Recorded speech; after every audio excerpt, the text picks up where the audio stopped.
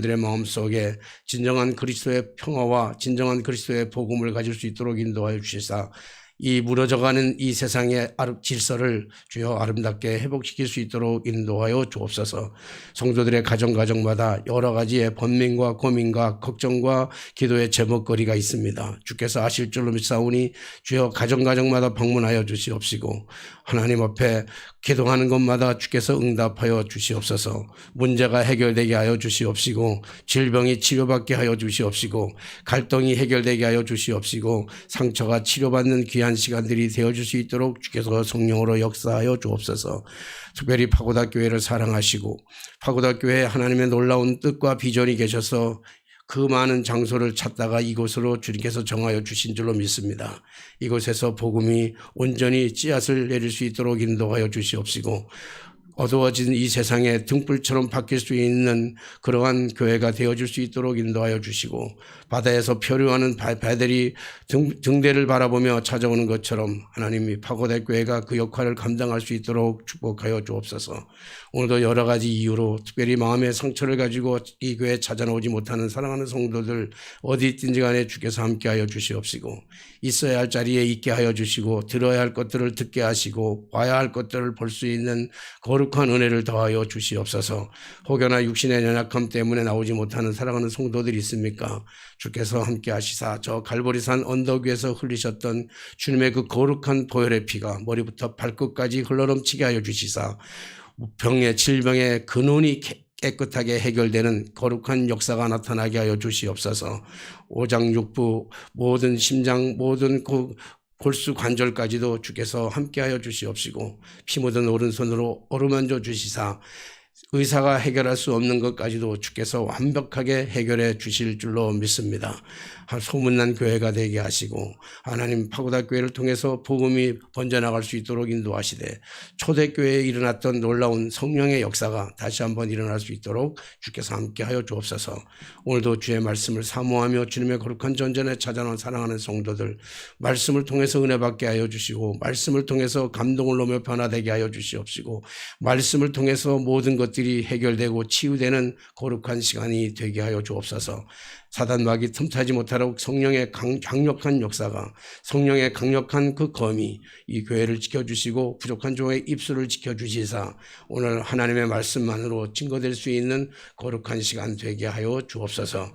우리의 온전한 예배를 주께서 받아주실 줄로 믿사옵고 예수 그리스도의 거룩하신 이름으로 기도하옵나이다. 아멘.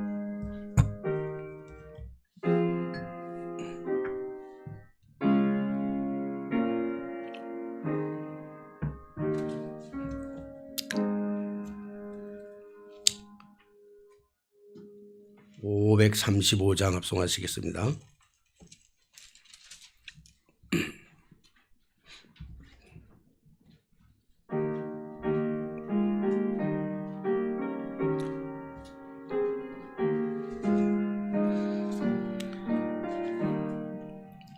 주 예수 대문 밖에 기다려 섰으나 단단히 잠가두니 못 들어오시네.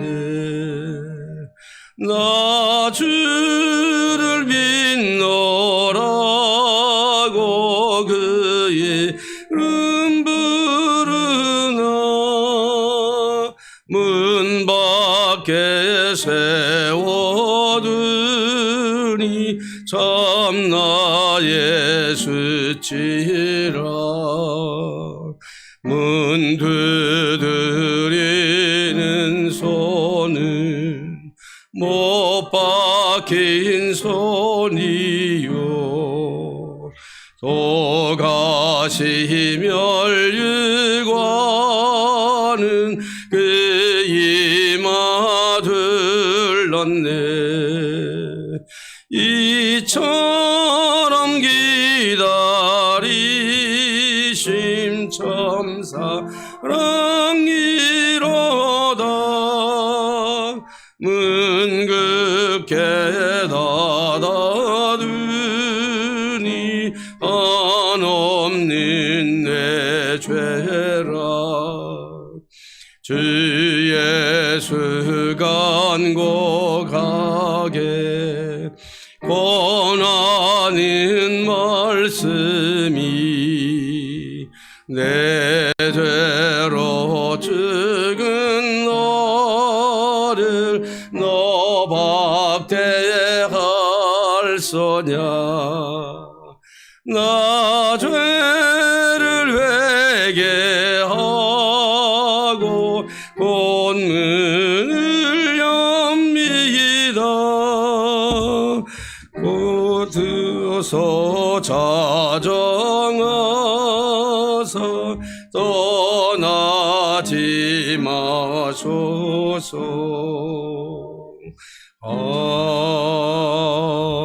아멘. 오늘도 우리에게 주신 은혜 받을 하나님의 말씀은 구약 성경 사무엘 하 488쪽 사무엘 하 16장 11절로 13절까지 말씀만 우리가 보겠습니다. 사무엘 하 488쪽 구약 성경 488쪽 사무엘 하 16장 11절로 13절까지입니다. 찾으신 줄 알고 우리 한 절씩 교독하겠습니다. 또 다윗이 아비새와 모든 신하들에게 이르되 내 몸에서 난 아들도 내 생명을 해하려 하거든 하물며 이 베냐민 사람이라. 여호와께서 그에게 명령하신 것이니 그가 저주하게 버려두라. 혹시 여호와께서 나의 원통함을 감찰하시리니 오늘 그 저주 때문에 여호와께서 선으로 내게 갚아주시라. 같이 합니다. 다윗과 그의 추종자들이 길을 갈 때 시므이는 산비탈로 따라가면서 저주하고 그를 향하여 돌을 던지며 먼지를 날리더라. 아멘. 우리 특송해 주시겠습니다.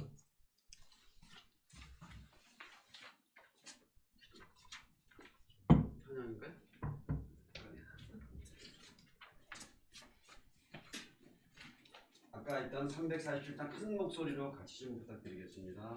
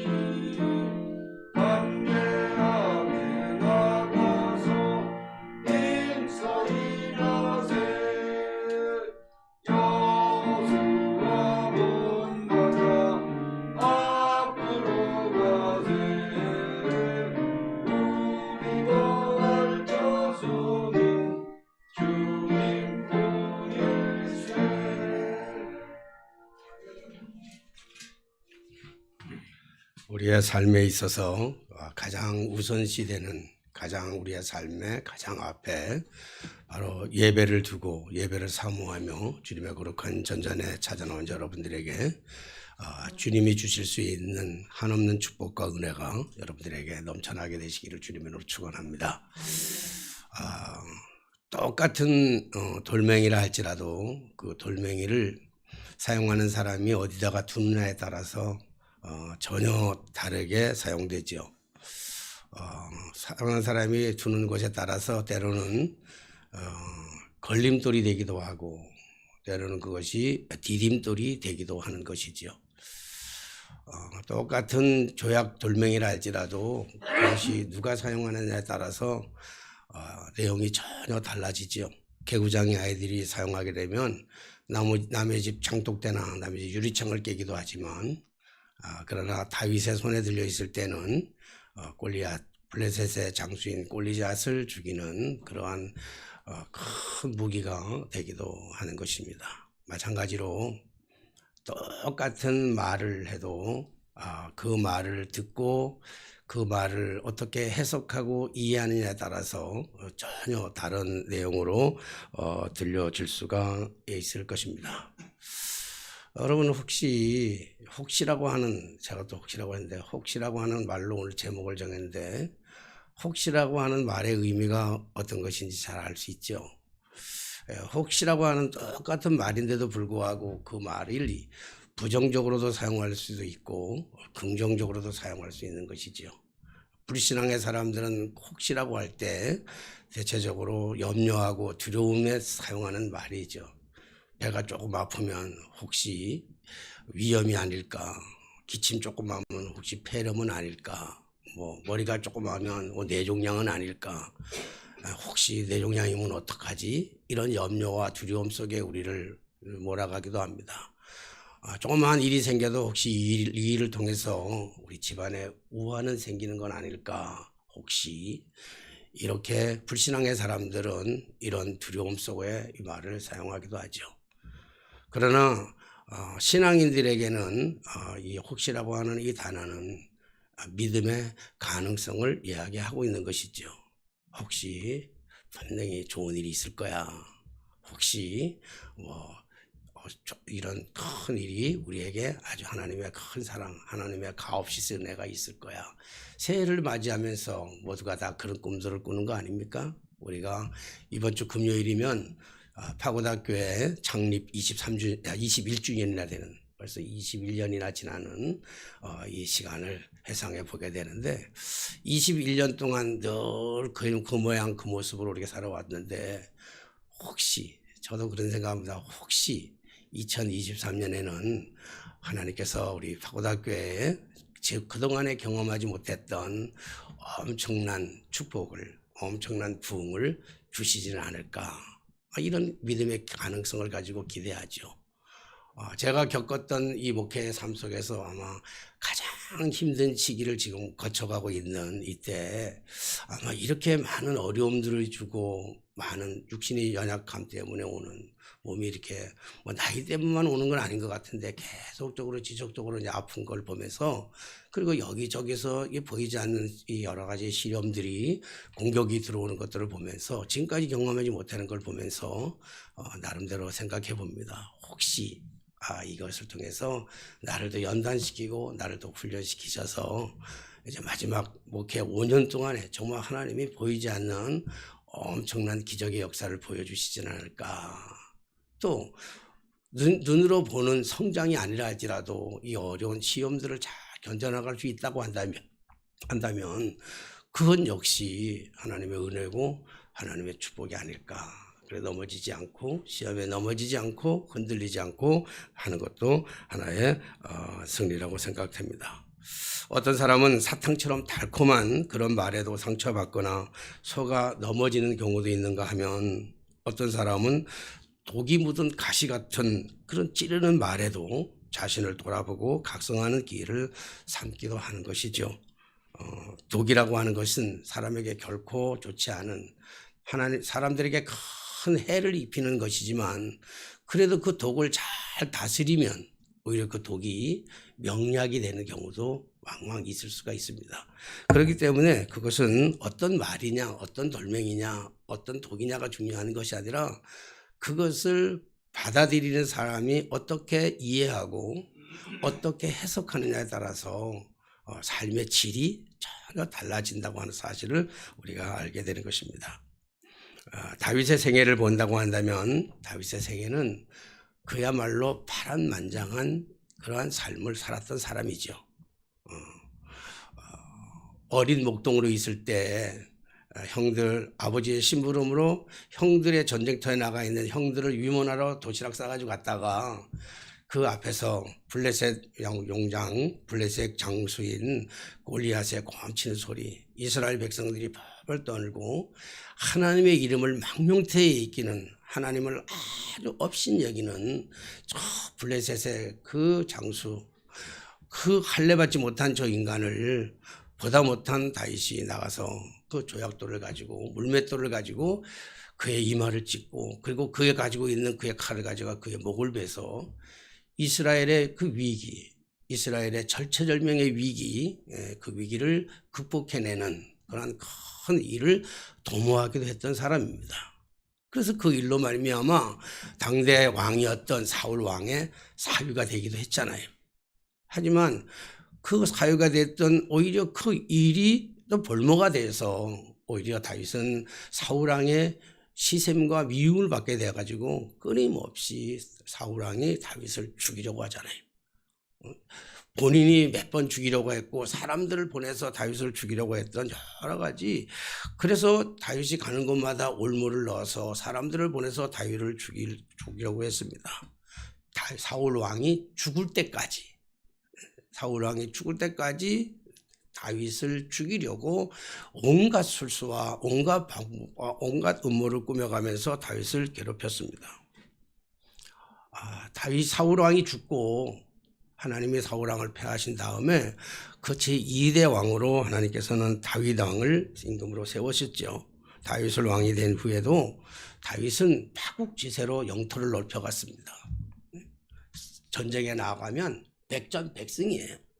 다윗은 그런 화려한 인생의 삶을 살아가는데, 그러나 또 다윗은 승리에 도취해가지고, 승리에 취해가지고 백전백승하는 전쟁에 승리에 취하고 영토가 넓혀갈 때 다윗은 오히려 자기의 부하들은, 자기의 신하들은 목숨을 걸고 전쟁터에 나가서 싸우고 있는 그때 그 순간에도 다윗은 왕궁의 뜰을 거닐다가 저 먼 발치에서 목욕을 하고 있는 우리아의 아내 밧세바가 목욕을 하는 것을 훔쳐보게 되고, 그리고 그것으로 해서 마음의 갈등을 느끼고, 그리고 유혹을 받아가지고, 그리고 밧세바를 취하기 위하여 자기의 아주 가장 수장이었던, 가장 아꼈던 제자의 그 부하 장수였던 우리아를 전쟁터에 나가가지고 죽게 만들었잖아요. 그러니까 한순간에 다윗은 간음죄를 저질렀고, 그리고 살인죄를 저지르는 씻을 수 없는 실수와 가오를 저지르고 말았습니다. 물론 이 일로 인해서 나단 선지자에게서 많은 책망을 듣게 되죠. 하나님의 책망이지요. 많은 책망을 듣은 다음에 그는 말할 수 없는 괴로움과 고통 속의 나날을 지내면서 결국은 하나님 앞에 초조하게 회개합니다.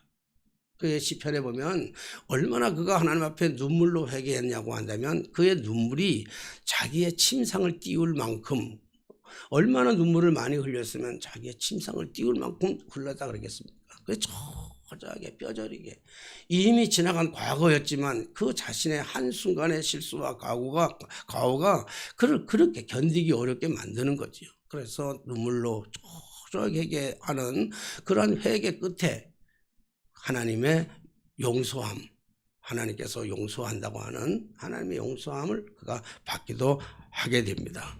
하나님의 용서를 받긴 했지만, 그러나 그 이후에 자기가 가장 사랑했던 아들들 중에 가장 사랑했던 그 압살롬이라고 하는 그 아들이 위해서 아들이 그 배신하면서 결국 그 배신과 배반이 반역이 그 다윗 왕 아버지를 사지로 몰아넣습니다. 그래서 다윗은 압살롬을 피해가지고 몇몇 장수들과 그를 따르는 군사들과 더불어 그 압살롬을 피해서 피난길을 가죠. 도망가는 신세가 되었습니다. 뭐 성경에 보면 그가 맨발로 도망갔다. 얼마나 다급했는지 그가 맨발로 도망갔다 이렇게 되어 있는데, 그 도망가는 피난의 한 과정에 있는 것이 오늘 본문의 말씀입니다. 오늘 본문의 말씀인데, 오늘 본문의 말씀 보면 지금 다윗 왕이 이제 도망가다가 바후림이라고 하는 곳에 이르게 됐을 때, 거기에 사울의 한 친척 중에 한 사람이, 사울과 친척이 되고 있는 이 시므이라고 하는 사람이, 게라의 아들이면서 이름은 시므이라고 하는 사람이 나와서 계속 다윗을 저주합니다. 저주하기에 또 다윗을 저주하는데, 다윗 왕과 다윗의 모든 신하들을 향하여 돌을 던지면서 그렇게 저주합니다. 뭐라고 저주하냐면, 저주하는 가운데 이같이 말하니라. 7절 보니까 피를 흘린 자여 사약한 자여 가거라 가거라. 오늘 다윗을 향하여 저주를 퍼부어대면서 피를 흘린 자여 가거라 가거라 이렇게 돌을 던지면서 이렇게 저주를 하고 있습니다. 이럴 때 다윗의 심정은 어땠을까?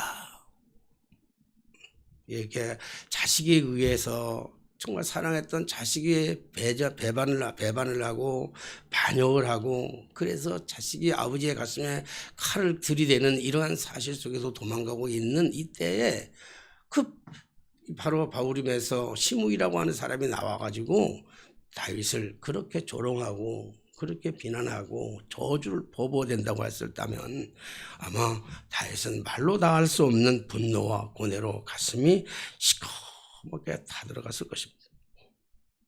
아마 이런 다윗의 심정을 조금이라도 이해했는지 그 곁에 있던 군대장관 아비새가 그 광경을 바라보면서 다윗을 대신해서 얘기합니다.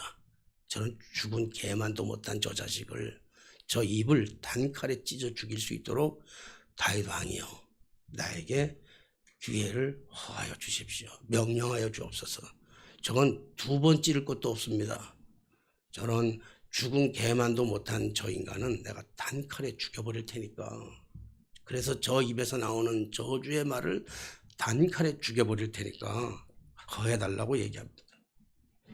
하지만 다윗은 당장이라도 달려가서 시므이의 목을 칠 것 같은 아비새의 마음을 안정시켜 주시면서 그러지 말라고 도리어 다 일러주고 있습니다.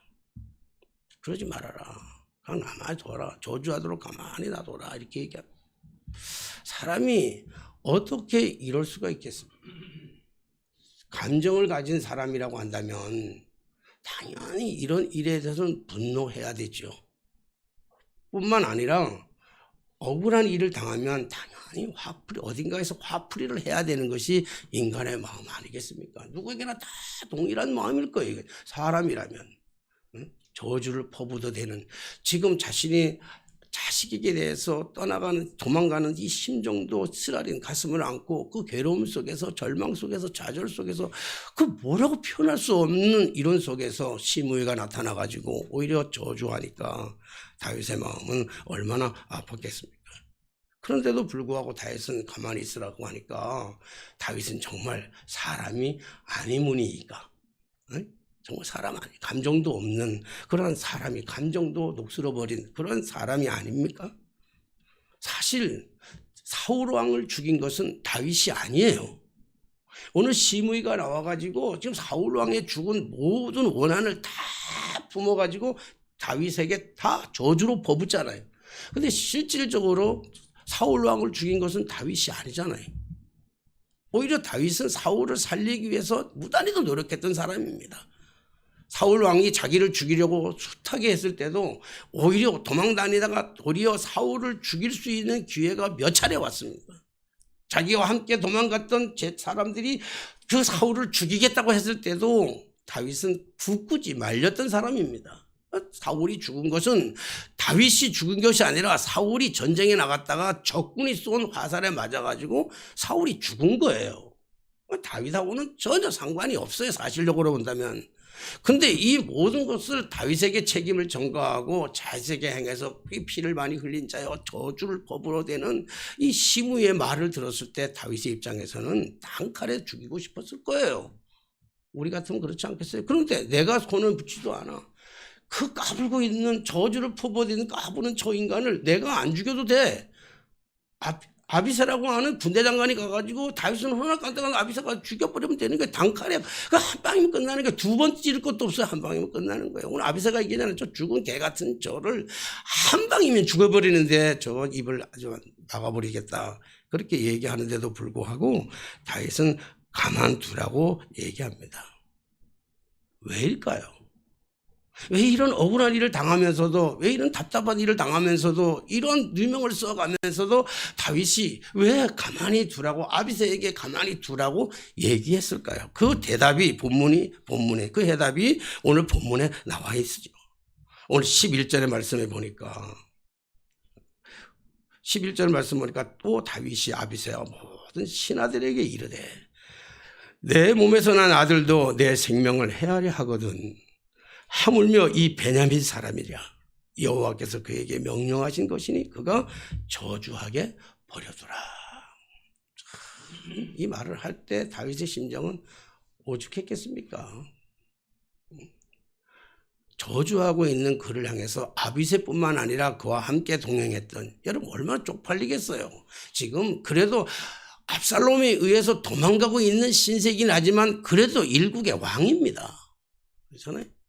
일국의 왕인데 그 왕을 조롱하고 있는, 비난하고 있는, 저주를 퍼부어대는, 일개 죽은 개만도 못한 저 인간이 퍼부어대는 그 조롱과 비난과 저주를 받는 다윗의 입장에서 볼 때 다윗 자기 개인의 문제가 아니라 자기를 따르는 많은 주변의 그 백성들을 향해서 바라볼 때 자기의 그 위신과 자기의 체면은 뭐가 되겠어요? 얼마나 쪽팔리겠어요?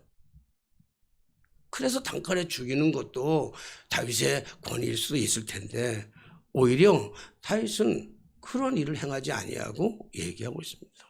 오늘 그렇게 얘기하잖아요. 또 다윗이 아비새와 모든 신하들에게 얘기해서 내 몸에서 난 내 자식도, 하물며 내 자식도 나를 향해서 칼을 들이대고 죽이겠다고 나서는데 하물며 저 베냐민 사람이라고 하는 것은 사울의 친척이라고 하는, 지금 사울의 죽음 때문에, 사울의 죽음 이후에 이 시므의 마음이 시커멓게 타들어갔는데 어딘가 쏟아 부어야 되는데, 어딘가 한 맺힌 거를 쏟아 부어야 되는데 마침 다윗이 지나가고 있으니까 다윗에게 퍼부어대고 있는 그를 향해서 오늘 다윗은 그럴 수 있지 않겠냐는 거잖아요. 내 아들도 그러는데 하물며 저 상처받은 사람이 그럴 수 있는 것은 당연한 것 아니겠냐, 뭐 그런 거야. 근데 그 당연한 것이 어찌 그 사람의 의지에서 나왔겠느냐. 오늘 다윗이 한 얘기, 어찌 그 사람의 의지에서만, 그 사람의 감정에서만 나왔겠느냐. 그것은 하나님께서 그에게 명령하신 것이다. 하나님이 그의 입을 벌려가지고 하나님이 말씀하시고 싶은 그 말을 오늘 저 시므이를 통해서 오늘 하나님이 말씀하고 있는 거 아니냐. 그러니까 그냥 저주하게 내버려 두라. 이것까지만 봐도요 참 대단하죠. 근데 그 다음에 있는 말씀이, 저는 그 다음 말씀이 눈에 확 들어왔어요. 혹시라고 하는 단어가 제 눈앞에 확 들어오더라고요. 혹시라고 하는 말이 믿음의 가치잖아요. 믿음의 가능성이잖아요. 믿음의 사람들만이 할 수 있는 긍정적 고백이 혹시 아닙니까? 혹시. 제가 이번 한 주간이 참 힘들게 지냈습니다. 누구에게도 말하지 않았지만 지난 월요일인지 화요일 같아요. 월요일날 주일날 설교를 마치고 나면 월요일날 화요일날 설교를 쭉 준비하다가 목요일이 되면 설교 원고를 작성하기 시작합니다. 보통 목요일날 설교가 원고가 다 끝나고 금요일쯤 되면 우리가 다송이가 시간이 나기 때문에 금요일 저녁 때쯤 되면 타이핑을 쳐줘서 설교 원고가 끝납니다. 그래서 설교를 준비하는 저로서는 사실 금요일만 되면 뭐 설교 준비를 거의 다 끝나기 때문에 별로 문제가 없습니다. 그래서 우리 사람하고 장 보러도 가기도 하고 금요일 날 장도 보기로 하고 토요일 날 등산하기도 하고 그래요. 사람 다른 목사님들이 보면 도무지 이해할 수가 없다 그래요. 어떻게 금요일 날 장을 보고 토요일 날 등산을 가느냐. 그래도 저는 뭐 걔가 철학이 그러니까 뭐 친방도 뭐 우리 교인들 많은 것도 아니고 그래서 그렇게 목회를 하고 있는데 저는 이 핸드폰을 가지고 있어도 핸드폰을 잘 쓸 줄 몰라요. 우리 아이들이 좋은 거 사준다 그래도 저는 뭐 기뻐하지도 않아요. 왜냐하면 뭐 기능이 좋은 거라고 하는 것은 비싼 거는 기능이 많은 거거든요. 근데 기능을 다룰 줄 몰라. 저는 핸드폰 가지고 카메라를 할 줄도 잘 몰라요. 그래서 핸드폰에 카메라를 찍은 사진도 저장한 게 없고 우리 사람이 찍어서 보내준 거는 저장이 돼서 내가 찍은 건 별로 없어요. 잘 몰라요. 카메라 잘 모르고 카메라 핸드폰이 있어봐야 전화 오는 것 받는 거 하고 전화 거는 것. 그다음에 이제 요즘은 그건 안 하면 안 되니까 문자를 보내는 거나 카톡을 받고 보내는 거 그 정도. 다른 건 잘 못해요. 페이스북도 제가 할 줄 모르고 그런 것도 할 줄 모르고 가끔 유튜브는 봐요.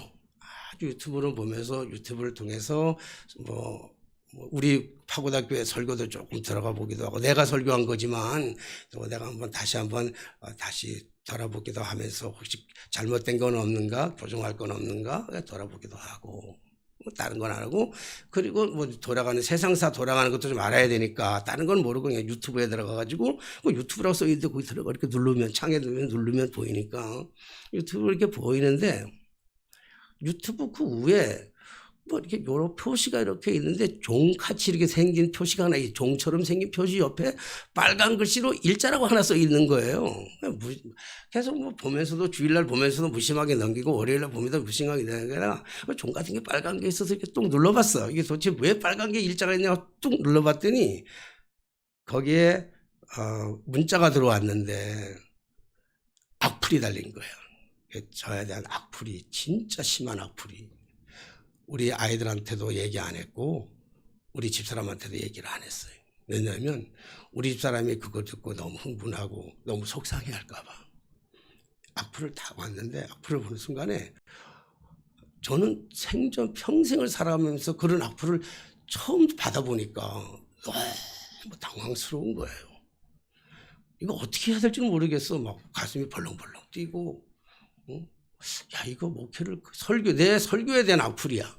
그래서 야 이제 이 설교를 그만해야 되는가 아니면 목회를 관둬야 되는가 이런 막 여러 가지 생각들이 막 한꺼번에 막 오는데 이 처음 겪는 일이라 뭐 밥을 먹어도 먹는 것 같지 않고 잠을 자도 자는 것 같지가 않고 여태까지 살아오면서 목회하면서 경제적인 어려움 때문에 좀 힘들었던 적은 있지만 이런 악플을 달면서 이런 악플을 그래서 내가 그 글 보면서 야 이런 악플 이렇게 악플이 들어오니까 이 악플이 뭐 1000개, 10,000개 이렇게 수십만 개 들어오면 사람들은 자살할 수밖에 없겠구나 그런 느낌이 들 만큼의 악플 처음 경험하니까 그래 악플 하나에 이게 그러니까 화요일부터 설교 준비가 안 되는 거예요. 설교 준비를 묵상하고 본문을 찾아서 묵상하고 그리고 또 기도하면서 그리고 말씀을 이렇게 준비해 나가야 되는데 이게 화요일부터 시작되니까 화요일 지나고 수요일 지나고 목요일날 수요일 밤을 지났는데도 뭐 설교를 어떻게 해야 될지 두려움 속에서 설교를 준비를 할 수가 없어. 설교를 이제 간둬야 되는가. 그래서 목요일날 새벽에 일찍이 한 2시쯤 새벽에 눈을 떠가지고 뭐 잠도 안 오니까 기도하면서 말씀을 보면서 주님 보면 어쨌든 내가 목회를 하지 않는 한은 주일 설교를 해야 되는데 어떻게 하나요? 그러면서 성경을 읽다가 이 본문이 눈에 확 들어오는 거예요. 이 본문이 들어오면서 혹시라고 하는 단어가 크게 보이는 게야. 혹시라고 하는 단어가. 혹시 우리 다윗이 얘기하잖아요. 혹시 나의 원통함을 감찰하시리니 그 저주 때문에 시므이가 하는 그 저주 때문에 오히려 그 나의 원통함을 감찰하시리니 오늘 그 저주 때문에 여호와께서 선으로 내게 갚아 주시리라고.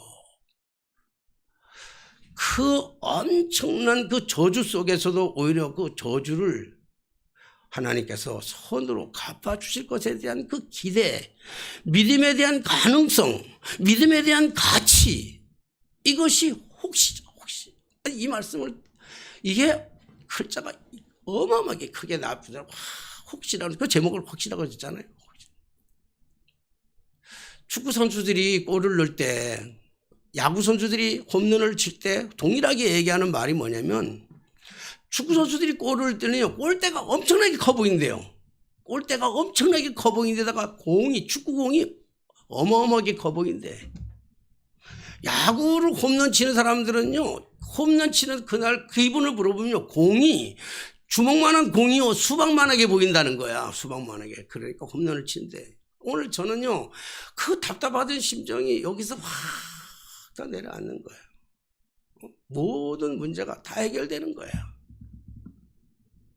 혹시 이 악플이, 혹시 다윗이 이 시므이가 괴롭히고 있는, 시므이가 저주하고 있는 이 저주가 오히려 하나님께서 내 억울함을 아시고 하나님께서 오히려 이것을 나에게 선으로 갚아주시자 아니하시겠느냐, 그렇게 얘기하는 다윗의 모습을 보면서 눈이 확 열리면서 너무 감사한 거예요.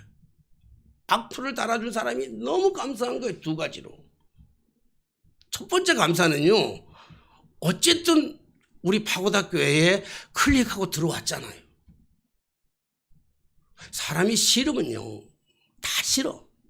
그 사람이 싫으면 다 싫어. 걷는 것도, 걸음걸이도 싫고, 웃는 얼굴도 싫고, 화내는 얼굴도 싫고, 말하는 것도 싫고, 말하는 억양도 싫고, 밥 처먹는 것도 싫고, 다 싫어. 그렇잖아요. 싫은 사람은.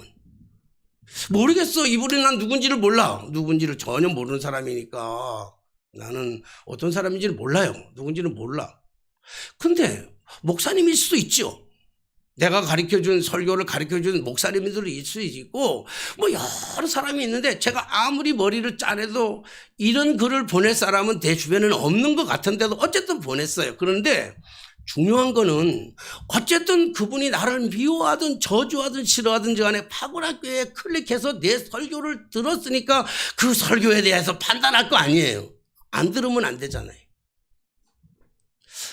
욕이라도 할 수 있는 사람이 있다는 것이, 욕이라도 할 수 있는 팔로우가 있다고 하는 것이, 뭐 10명도 안 되는데 그 중에 11번째 그 팔로우가 있다는 것이 한편으로는 좀 답답하고 속상하기도 하지만 한편으로는 기쁘더라고요. 아, 우리 교회에 들어와서 이 인터넷을 봐주는 사람들. 처음에는 저는 이 동영상 내리려고 그랬어요. 이제는 뭐 대면 예배 해도 되니까 굳이 우리 아이들 힘들게 뒤에 앉아가지고 동영상까지 찍어서 편집해서 올려야 되나, 그 얘기를 들었을 때는 그런 생각도 들었는데 아니더라고요. 이럴수록 더 올려줘야 되겠더라고. 더 보시란 말이에요. 더 보시라. 그러니까 너무 고마워. 악플을 달아준 게 너무 고맙고, 그 다음에 결정적인 고마움은 뭐냐면, 제가 각성을 하게 되는 거예요. 아무도 지금까지 제 설교에 대해서 판단해 준 사람이 없어요. 잘했다 못했다 판단하는 사람이 없어요. 그러니까 나는 매일같이 내가 하면서도 내 스스로 혼자서 자아도취하면서 나는 설교 잘하는 사람이라고 생각했어요. 나 설교를 가르치는 사람이고 난 설교를 잘하는 사람들이고 우리 성도님들은 은혜를 받으니까 참 좋은 거라고 생각을 했는데, 이 악플을 보면서 설교를 훨씬 더 많이 준비해야 되겠구나. 설교를 훨씬 더 많이 준비하고 기도도 많이 하고 강단에 서야 되겠구나 하는 것이 자각적으로 다가오더라고요. 그 두 가지가 너무 고마운데 하나가 더 생겼어. 오늘 아침에 문득 생각이 뭐냐면, 유튜브도 보지 말자. 하나님께서 유튜브까지도 보지 말라고 하는 하나님의 사인같이 느껴지는 거예요. 유튜브 봐봐요. 뭐 나게 뭐 있어요. 손흥민이가 골을 하나 더 넣든 두 개 넣든 내가 무슨 의미가 있으며, 응? 뭐 정치가 이렇게 돌아가든 저렇게 돌아가든 내가 무슨 거기에 뭐가 할 거 있냐고. 그냥 하나님 앞에 묵묵히 기도하면서 말씀에 전무하고 기도에 전무하고, 그리고 성도들을 사랑하는 그 마음 한 사람 한 사람, 우리 교인들은 몇 명 되지도 않아 가지고 기도하면요, 한 사람 앞에 10분씩 기도해도요 뭐 몇 시간 걸리지도 않아. 안 그래요? 그러니까 오히려 그렇게 하면서 살아가면 유튜브도 끊어야 되겠다. 아, 유튜브 하는 것조차도, 유튜브를 보는 것조차도 하나님이 싫어하겠구나라고 하는 생각이 들더라고. 이 세 가지 때문에 너무 감사한 거예요.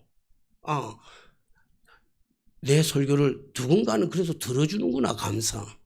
설교를 잘 못했다고 악플을 달아주는 것을 통해서 내가 돌아볼 수 있는, 다윗은요 자기를 돌아볼 수 있는, 자기를 각성할 수 있는 그런 기회로 삼았던 거예요.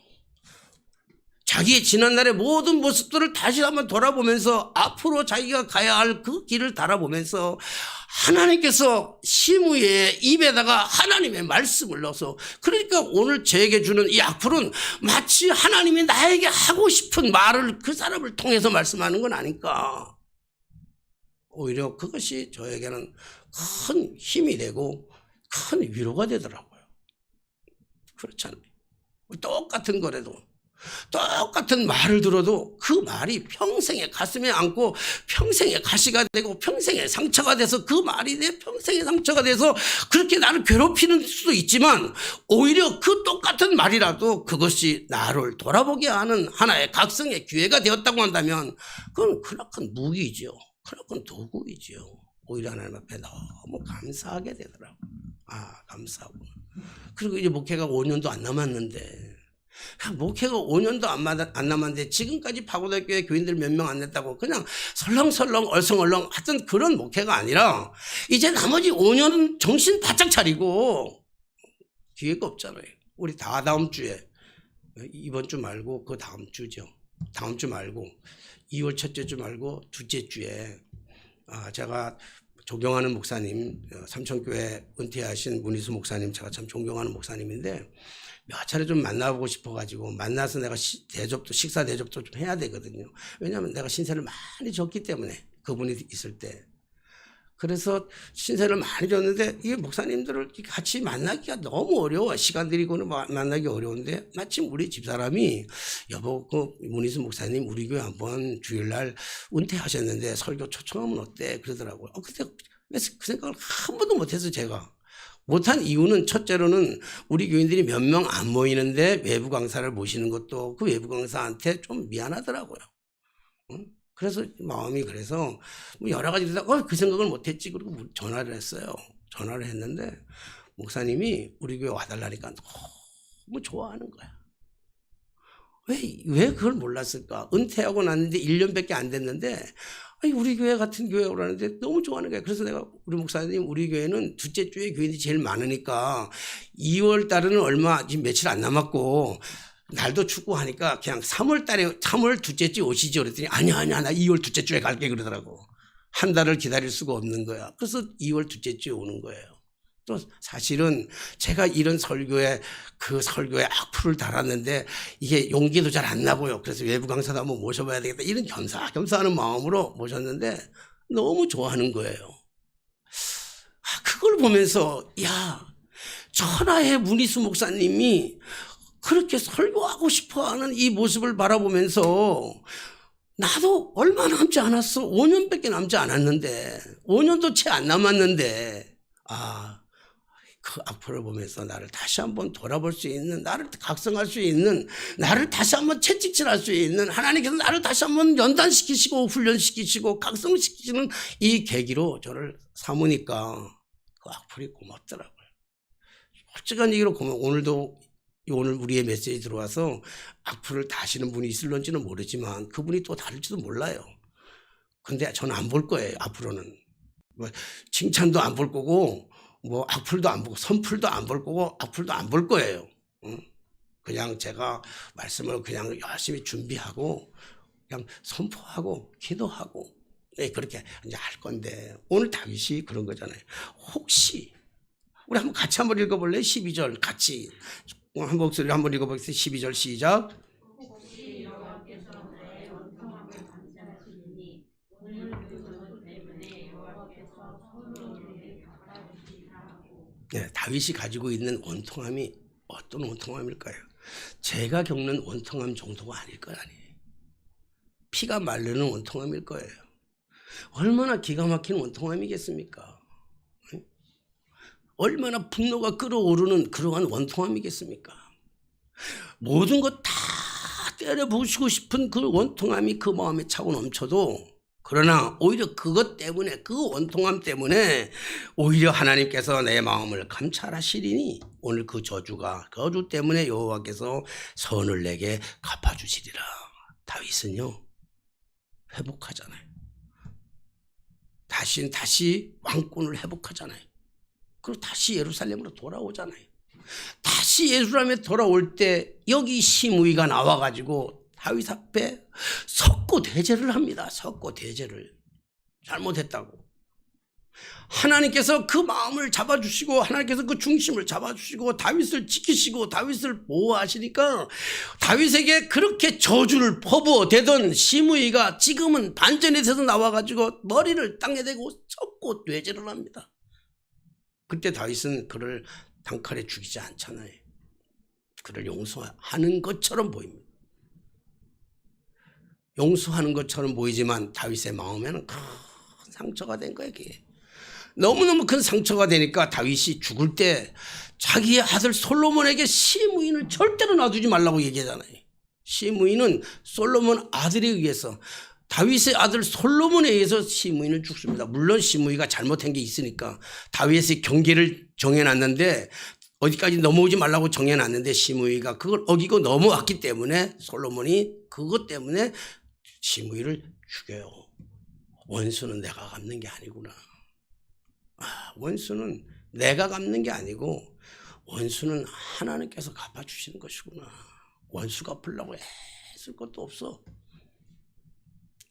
오히려 똑같은 말이라도 어떤 사람은 그 말이 나의 비수를 꼽아서 나를 평생토록 그 말 때문에 가슴앓이하고 괴로워하고 고통 속에서, 아니면 그 말을 한 사람에게 원수 갚지 아니하면 해결할 수 없는 기나긴 고통의 밤을 지내는 사람이 있는가 하면, 오늘 다윗처럼 자신을 향해서 비수를 꼽아대고 저주하는 그 사람의 이야기를 통해서 오히려 다윗은 자기를 돌아볼 수 있는, 자기를 각성할 수 있는, 자기가 회개하는, 하나님 앞에 초작에 자기를 돌아보는 그런 기회를 삼을 수 있다는 거예요. 사랑하신 성도 여러분, 오늘 우리가 살아가는 우리의 삶의 주변 속에서 일어나는 수없이 갖가지 많은 일들, 때로는 말로 인한 것, 때로는 어떤 사건을 인한 것, 때로는 어떤 환경을 통해서 일어나는 수없이 많은 다가오는 것들, 그 많은 것들을 접할 때마다 우리는 불신앙이 가지고 있는 것처럼 그것 때문에 염려하고 두려움으로 혹시 내게 우환이 닥쳐올까가 아니라,